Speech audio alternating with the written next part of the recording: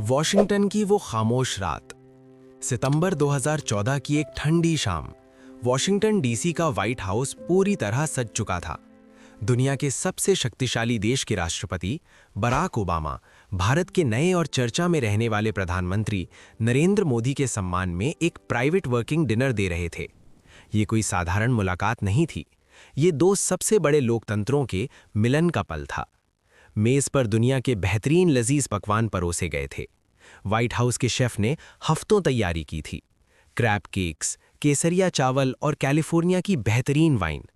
लेकिन जैसे ही डिनर शुरू हुआ, कमरे में एक अजीब सी खामोशी छा गई।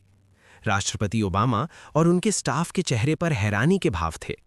प्रधानमंत्री मोदी के सामने रखी चांदी की प्लेट खाली थी। उन्होंने भोजन को हाथ तक नहीं लगाया।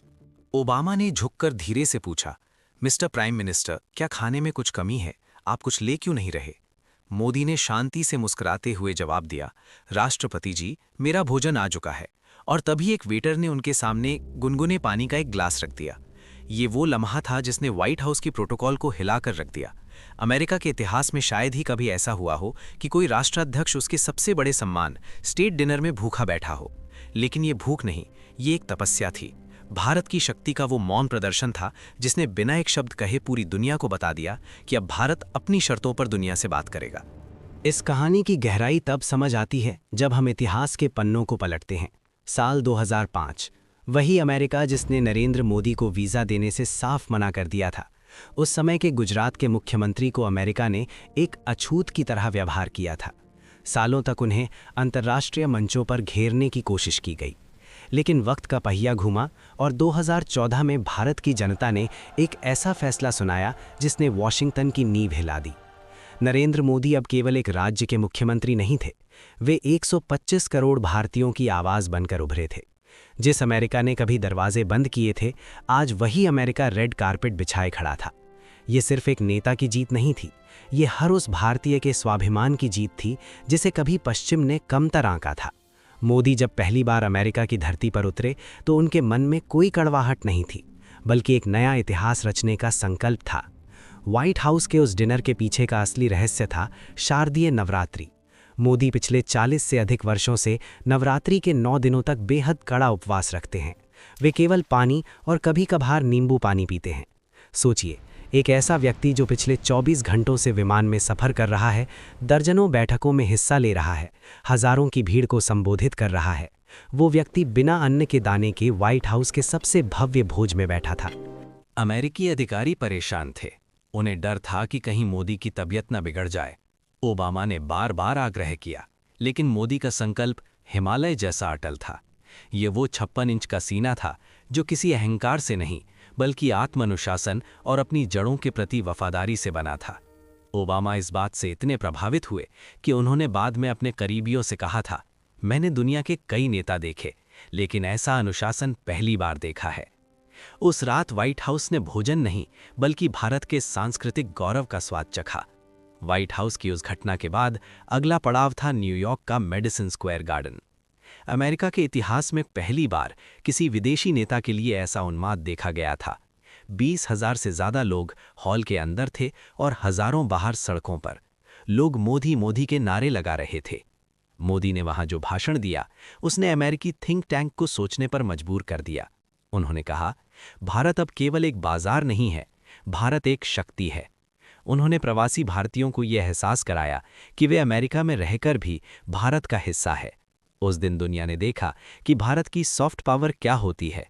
मोदी ने साबित कर दिया कि भारत अब मांगने वाला देश नहीं, बल्कि देने वाला देश बनने की राह पर निकल पड़ा है। समय बीतता गया और भारत अमेरिका के रिश्ते लेन देन से बदलकर साझेदारी में तब्दील हो गए। 2014 की उस खाली प्लेट ने जो संदेश दिया था, उसका असर दिखने लगा। ओबामा से लेकर ट्रंप और फिर जो बाइडेन, अमेरिका के राष्ट्रपति बदलते रहे, लेकिन भारत के प्रति उनका सम्मान बढ़ता गया। साल 2023 में जब प्रधानमंत्री मोदी दोबारा राजकीय यात्रा स्टेट विजिट पर अमेरिका पहुंचे, तो नज़ारा बिल्कुल अलग था। इस बार कोई वीज़ा का सवाल नहीं था, बल्कि बाइडेन खुद उन्हें लेने के लिए बेताब थे। व्हाइट हाउस के लॉन में हज़ारों भारतीयों के सामने जब जन गण मन की धुन बजी, तो वो एक भावुक पल था।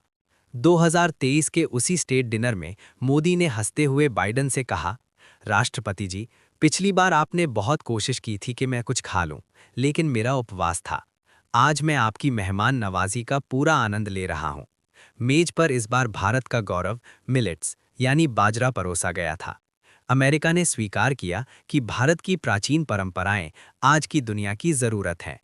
इस 56 इंच के मूव का सबसे बड़ा असर रणनीतिक मोर्चे पर दिखा। जो अमेरिका कभी भारत को क्रायोजेनिक इंजन देने से मना करता था, वही अमेरिका आज भारत के साथ मिलकर जेट इंजन बनाने को तैयार हो गया।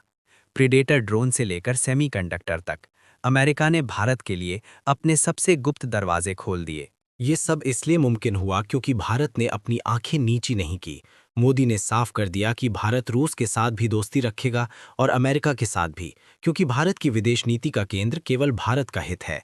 यूक्रेन युद्ध हो या चीन की विस्तारवादी नीति, मोदी के भारत ने हमेशा वही किया जो राष्ट्रहित में था। व्हाइट हाउस ने ये समझ लिया कि भारत अब उनका छोटा भाई नहीं बल्कि एक बराबर का साझेदार है। स्वाभिमान की गूंज। डॉक्यूमेंट्री के अंत में हमें ये समझना होगा कि ये कहानी केवल नरेंद्र मोदी की नहीं है। ये कहानी हर उस हिंदुस्तानी की है जो अपनी संस्कृति, अपनी भाषा और अपने संस्कारों पर गर्व करना चाहता है। 10 साल पहले जिस नेता को अमेरिका ने नकारा था, आज उसी नेता के भाषण के लिए अमेरिकी कांग्रेस संसद में खड़े होकर तालियां बजाई जाती हैं। वो 56 इंच का मूव दरअसल एक संदेश था कि आप दुनिया के सबसे अमीर देश हो सकते हैं, सबसे ताकतवर सेना रख सकते हैं, लेकिन आप उस देश के आत्मसम्मान को नहीं खरीद सकते जिसकी सभ्यता हजारों साल पुरानी है। मोदी ने व्हाइट हाउस में बिना कुछ खाए पूरी दुनिया का पेट भर देने वाला आत्मविश्वास भारत को दिया। आज जब दुनिया भारत की ओर देखती है तो उन्हें एक झुका हुआ राष्ट्र नहीं बल्कि एक उभरती हुई महाशक्ति दिखाई देती है। और इस महाशक्ति की नींव उसी रात रखी गई थी जब व्हाइट हाउस के मेज पर एक खाली प्लेट ने पूरी दुनिया को खामोश कर दिया था।